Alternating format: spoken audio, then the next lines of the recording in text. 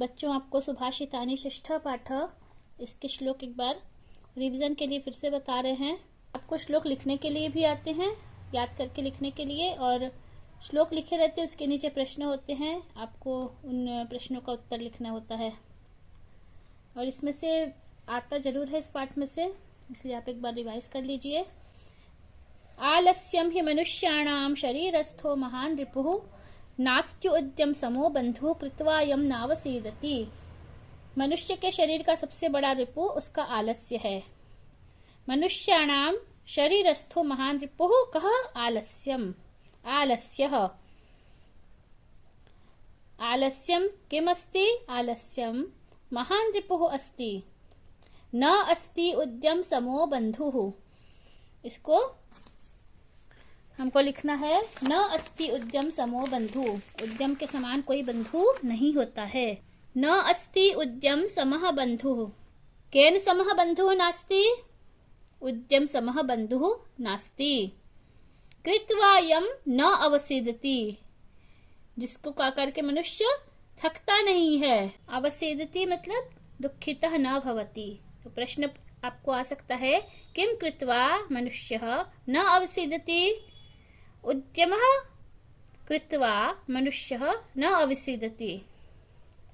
उद्यम करके, परिश्रम करके मनुष्य दुखी नहीं होता है। केन समः बंधु? उद्यम समः बंधु न अस्ति। सबसे बड़ा बंधु उद्यम है। और ये श्लोक बहुत ही इम्पोर्टेंट है, याद करने स्वर में बोलेंगे। आलस्यम हि मनुष्याणाम शरीरस्थो महान रिपुः नास्ति उद्यम समो बंधु कृत्वा यम नावसीदति। गुणे गुणं वेत्ति न वेत्ति निर्गुणो बली बलं वेत्ति न वेत्ति निर्बलः पिको वसन्तस्य गुणं न वायसः करी च सिंहस्य बलं न मूषकः। गुणी गुणं वेत्ति। गुणी गुण को वेत्ति मतलब जानता है। न वेत्ति निर्गुणः। निर्गुण व्यक्ति गुणी व्यक्ति के गुण को नहीं जानता है। बली बलम वेत्ति। जो खुद बलवान है वही बल को जान सकता है। न वेत्ति निर्बलः। जो निर्बल है वह बल के बारे में जान ही नहीं सकता। पिको वसंतस्य गुणम न वायसः। वसंत के गुण को कोयल ही जानती है। वायस मतलब काकः। वायसः काकः पर्यायवाची भी आता है। कौवा उसके गुण को नहीं जानता। कस्य गुणस्य गुणम न जानति। वायसः वसन्तस्य गुणं न जानन्ति। न वेत्ति। वसन्तस्य गुणं कः वेत्ति? वसन्तस्य गुणं पिकः वेत्ति। गुणी किं वेत्ति? गुणी गुणं वेत्ति। निर्गुणः किं न वेत्ति? निर्गुणः गुणं न वेत्ति। बली किं वेत्ति? बली बलं वेत्ति। निर्बलः किं न वेत्ति? निर्बलः बलम न वेत्ति। करी च सिंहस्य। करी मतलब हाथी। गजः इसका पर्यायवाची है। सिंह के बल को हाथी जान सकता है। न मूषकः। सिंहस्य बलम मूषकः न वेत्ति। वायसः काकः बोलते हैं। करी मतलब गजः हाथी। निमित्तमुद्दिश्य हि यः प्रकृप्यति ध्रुवं स तस्यापगमे प्रसीदति। अकारणद्वेषि मनस्तु यस्य वै कथं जनस्तं परितोषयन्ति। निमित्तमुद्दिश्य किसी निमित्त के कारण, यह जो प्रकृप्यति क्रोधित होता है, किसी कारण से कोई व्यक्ति क्रोधित होता है, ध्रुवं स तस्या अपगमे प्रसीदति वह उसके अपगम होने पर, उसके नष्ट होने पर प्रसन्न हो जाता है। अकारणद्वेषी मनस्तु यस्य वै। और लेकिन जिसके मन में अकारण ही किसी के प्रति द्वेष है, कथम जनस्तम परितोषयन्ति परितोषयिष्यति उसको व्यक्ति किस तरह से प्रसन्न कर सकता है, मतलब वह नहीं कर सकता है। इसमें प्रश्न आ सकता है, निमित्तमुद्दिश्य कः प्रकृप्यति। निमित्तमुद्दिश्य जनः प्रकृप्यति। ध्रुवं स तस्या अपगमे उसके अपगम पर, समाप्त होने पर। तो कोपस्य अपगमे कः प्रसिद्धति। कोपस्य अपगमे निमित्तमुद्दिश्य प्रकृप्यति यः सः तस्य अपगमे प्रसीदति। उदीरितो अर्थ पशूनामपि गृह्यते हयाश्च नागाश्च वहन्ति बोधिताः अनुक्तमप्यूहति पंडितो जन परोंगितज्ञानफला हि बुद्धयः। मतलब उदीरितः अर्थ, कही गई अर्थ को, कही गई बात को पशुज भी जानते हैं। पशु भी किसी बात को अगर हम बोलते हैं तो वो समझ लेते हैं। हयाश्च नागाश्च वहन्ति बोधिताः, हयाः मतलब घोड़े और नागाः हाथी हस्ती। अब देखो यहाँ पर इस पाठ में करी, नागाः और गजः 3 पर्यायवाची हैं, तो पर्यायवाची आ सकते हैं आपको। हयाः अश्वः अश्वाः, वहन्ति बोधिता वो भी कही गई बात को समझ लेते हैं और वहन्ति मतलब बोझा ढोने लगते हैं। अनुक्तमप्युहति पंडितो जनः, और पंडित व्यक्ति भी अनुक्तम बिना कही बात को भी समझ लेता है। परोंगित ज्ञान फला ही बुद्धिय, क्योंकि बुद्धि दूसरे के इंगित यानी संकेत से किए गए ज्ञान के फल को देती है। बुद्धयः कीदृशः सन्ति? परेंगित ज्ञान फला बुद्धयः, बुद्धि परेंगित ज्ञान के फल को देने वाली है। क्रोधो हि शत्रु प्रथमो नराणाम देहस्थितो देह विनाशनाय यथा स्थित काष्ठगतो हि वहनी स एव वह्निर्दहते शरीरम। मनुष्य का नराणाम प्रथमः शत्रु क्रोधः, देहस्थितो देह विनाशाय, वह शरीर में स्थित होकर के शरीर का विनाश कर देता है। यथा स्थित काष्ठगतो हि वह्नि, जिस तरह से लकड़ी के अंदर वह्नि आग स्थित होती है। स एव वह्निर दहते शरीरम, और वही वह्नि उस काष्ठ के शरीर को जला देती है। इस तरह हमारे ही शरीर को भी वह आग जला देती है। अब इसमें प्रश्न हो सकता है, नराणाम प्रथमः शत्रु किम अस्ति? नराणाम प्रथमः शत्रु क्रोधः अस्ति। देहस्थितः देह विनाशाय किम अस्ति? देहस्थितः देह विनाशाय क्रोधः अस्ति। काष्ठगतो वह्नि किम करोति? काष्ठगतो वह्नि शरीरम दहते।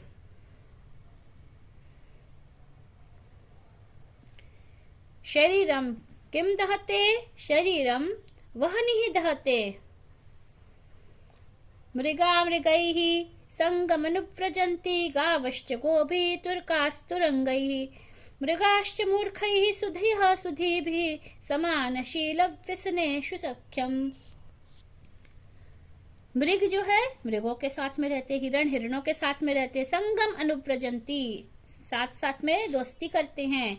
गावश्च गोभी, और गाय गायों के साथ में। अब यहाँ देखो गोभी ही गावश्च, गोभी में तृतीया विभक्ति है, गायों के साथ सहयोगी तृतीया होता है। तुरगास तुरंगई, और जो तुरग है वह तुरंगों के साथ, घोड़े घोड़ों के साथ में दोस्ती करते हैं। मूर्खाश्च मूर्खैः, मूर्ख लोग मूर्खों के साथ में दोस्ती करते हैं। और सुधियः सुधीभिः, और बुद्धिमान लोग बुद्धिमानों के साथ में दोस्ती करते हैं। समानशील व्यसनेषु सख्यम, जो दोस्ती होती है वह समान शील आचरण और व्यसन यानी समान आदतों में ही दोस्ती हो जाती है। सेवितव्यो महावृक्षः फलच्छाया समन्वितः यदि दैवात् फलम नास्ति छाया केन निवार्यते। वृक्ष महावृक्ष मतलब बड़ा पेड़, विशाल वृक्ष। सेवितव्यो सेवा करता है सबकी, सेवितव्य होता है, आश्रय लेने के योग्य होता है। फल छाया समन्वित, क्योंकि इसमें फल भी होते हैं और छाया भी होती है, तो उसके नीचे सभी लोग जाते हैं, सभी उसके शरण में बैठते हैं।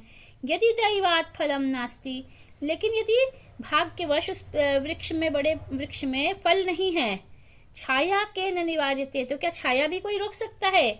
इसमें जो है ना, बड़े वृक्ष की तुलना महापुरुषों से की गई है, जिनके पास फल भी है, पैसा भी है और छाया भी है, सबकी मदद करते हैं। लेकिन मान लो उनके पास फल नहीं है तो भी वह सबको छाया देते ही हैं। महावृक्षः केन समन्वितः? महावृक्षः फल छाया समन्वितः। यदि दैवात् किम नास्ति? यदि दैवात् फलम नास्ति केन किम निवार्यते? केन छाया निवार्यते। कैसा भी प्रश्न पूछा जा सकता है। अमंत्रम अक्षरम नास्ति, नास्ति मूलम अनौषधम, अयोग्यः पुरुषः नास्ति, योजकस्तत्र दुर्लभः, बोलते हैं अमंत्रम अक्षरम नास्ति, बिना मंत्र के कोई भी अक्षर नहीं होता, सारे जितने भी अक्षर हैं वो सारे मंत्र ही हैं। नास्ति मूलम अनौषधम, और ऐसा कोई भी जड़ी नहीं है जो औषधि नहीं हो। विश्व में जितने भी पेड़ पौधे हैं, जितनी भी जड़ी बूटी हैं, सभी किसी न किसी औषधि के काम आती हैं। अयोग्य पुरुषः नास्ति, और इस विश्व में कोई भी अयोग्य नहीं है, सबके पास योग्यता है। लोग सोचते हैं हमारे पास ये नहीं है वो नहीं है, पर सबके पास अलग अलग योग्यता होती है। योजकस्तत्र दुर्लभ, उसको योजना करने वाला दुर्लभ है। प्रत्येक अक्षर मंत्र है, पर उस मंत्रों को, अक्षरों को योजना करके किसमें क्या काम करना है, किस मंत्र का कैसा उपयोग करना है, यह दुर्लभ है। औषधि है लेकिन उस औषधि के जानकार दुर्लभ है। इसी तरह से किसी व्यक्ति में अगर योग्यता नहीं है तो भी उसमें योग्यता है, उसको जानने वाला दुर्लभ है। तो प्रश्न ये बहुत ही इंपॉर्टेंट है। योजकः तत्र दुर्लभः, प्रश्न होगा कः दुर्लभः, योजकः दुर्लभः। पुरुषः, कीदृशः पुरुषः नास्ति, अयोग्यः पुरुषः नास्ति। कीदृशः अक्षरं नास्ति, अमन्त्रम् अक्षरं नास्ति। कीदृशं मूलं नास्ति, अनौषधं मूलं नास्ति। अनौषधं मूलं नास्ति। संपत्तौ च विपत्तौ च महताम् एकरूपता, उदये सविता रक्तो रक्तश्चास्तमये तथा। संपत्ति और विपत्ति दोनों में महान लोग एक जैसे होते हैं। जिस तरह से सविता सूर्य, सूर्य सविता का पर्यायवाची है।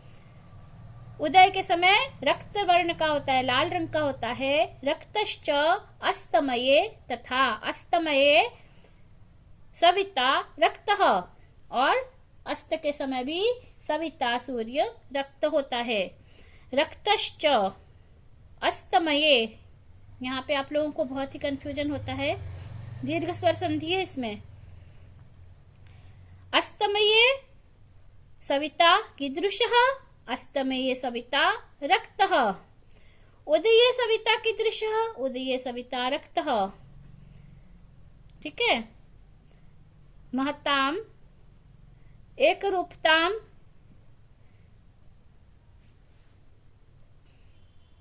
कुत्र अस्ति, महताम एकरूपता संपत्तौ च विपत्तौ च अस्ति। केषां संपत्तौ च विपत्तौ च एकरूपता, महतां संपत्तौ च विपत्तौ च एकरूपता। विचित्रे खलु संसारे नास्ति किंचन निरर्थकम्, अश्वच्छेद धावने वीरः भारस्य वहने खरः। इस संसार में, विचित्र संसार है यह, संसारः कीदृशः अस्ति, संसारः विचित्रः अस्ति। किंचित निरर्थकम नास्ति, कुछ भी निरर्थक नहीं है, सब कुछ किसी न किसी काम का है।